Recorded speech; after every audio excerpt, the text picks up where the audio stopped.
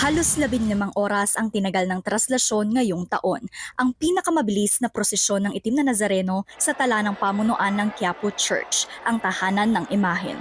Sabi ng tagapagsalita ng Nazareno 2024 na si Father Hans Magdurulang, nakatulong ang paglagay ng imahen sa loob ng bulletproof glass case sa mabilis na prosesyon. Kaya naman balak nilang ulitin ito sa susunod na taon. Hindi kagaya ho dati na nung open pa ho yung andas natin na talagang konting usad ho ng andas, talagang dumog yung sumasampak.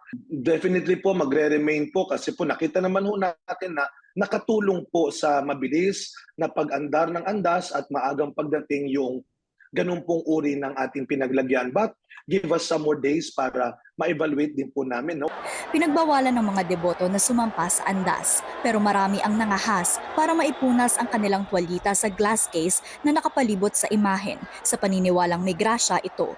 Pero naiintindihan naman daw ito ng lokal na pamahalaan ng Maynila dahil 3 taon natigil ang traslasyon sa gitna ng banta ng COVID-19. After 3 years, ngayon po yung pagbabalik. Kaya hindi naman po talaga natin sila maaring sisihin at hindi naman po siguro tama na sila po ay bigyan ng kahit anong kaparasahan. Dinumog ng higit 3 milyong deboto ang traslasyon, di mahulugang karayom ang mga kalsada. Kaya ang ilan kinailangan ng atensyong medikal. Sa tala ng lokal na pamahalaan ng Maynila, nasa 1,000 ang nasaktan. Karamihan ay hinimatay o di kaya'y nasugatan dahil nakayapak. Hindi naman lalampas sa 5 ang nabalian at dinala sa ospital.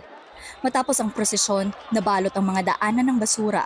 Nasa 100 metriko tonelada ang nakolektang kalat sa ruta ng traslasyon. Sa kabuuan, mapayapa naman daw ang pista. Tiniyak ng Manila Police District na patuloy ang pagbibigay nila ng seguridad kahit tapos na ang pagdiriwang. Palagi naman tayong nakaangat yung ating antas ng pagbabantay. Sabi nga natin, pag sinabi kasi natin na yung alert status natin ay nakataas, lahat ng mga resources, lahat ng mga manpower na kakailanganin ay palaging available.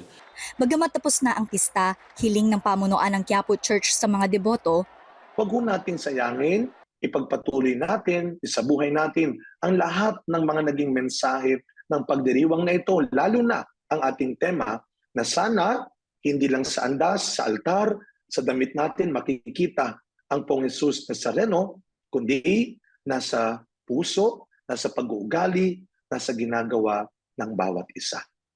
Deniza Fernandez, CNN Philippines.